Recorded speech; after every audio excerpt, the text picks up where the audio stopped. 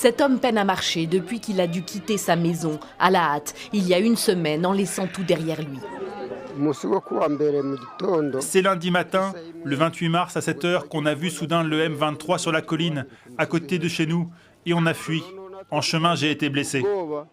Ils sont plusieurs centaines à s'être réfugiés dans cette école primaire de Rutshuru. En tout, des milliers de déplacés se sont précipités dans la ville, chef-lieu du territoire du même nom. Cette jeune maman était à l'hôpital, sur le point d'accoucher lorsque les rebelles du M23 sont passés à l'offensive. Son bébé et elle-même s'en sont sortis. Tout le monde a fui, les patients, les médecins, les infirmières. Personne n'est resté dans l'hôpital. C'est un jour que je n'oublierai jamais. Tous vivent dans des conditions très précaires, mais n'envisagent pas de rentrer chez eux, malgré les encouragements des autorités locales. Dans la capitale, à plus de 1000 km de là, les députés nationaux s'émeuvent du sort de leurs compatriotes de l'Est du pays. Et de manière quasi unanime, élus de la majorité et de l'opposition appellent le gouvernement central à hausser le ton face au Rwanda.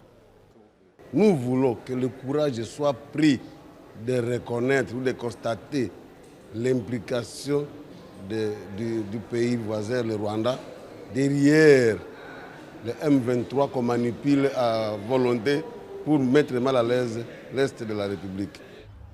Pour appuyer leur dire, ces députés évoquent des vidéos produites par l'armée congolaise, dans lesquelles des éléments capturés sur le front déclarent être des soldats rwandais. Des allégations démenties par Kigali, qui assure que ces hommes ont été arrêtés il y a plus d'un mois et qu'ils ne faisaient pas partie de son armée. Le mouvement des indignés de l'Est et son représentant à Kinshasa, lui-même originaire du Kivu, ne décolèrent pas. L'indignation est totale et globale. C'est toute la nation qui est indignée de voir que le gouvernement congolais continue à jouer des accords hypocrites avec les pays agresseurs, les pays bourreaux. Je cite l'Ouganda et le Rwanda. Le M23, c'est une marque de fabrique rwando-ougandaise. C'est un secret de polichinelle, c'est connu de tout le monde. Le Rwanda récuse tout soutien au M23.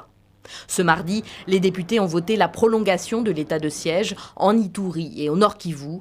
Un état de siège maintenu depuis bientôt 1 an, même si de nombreux analystes le jugent inefficace.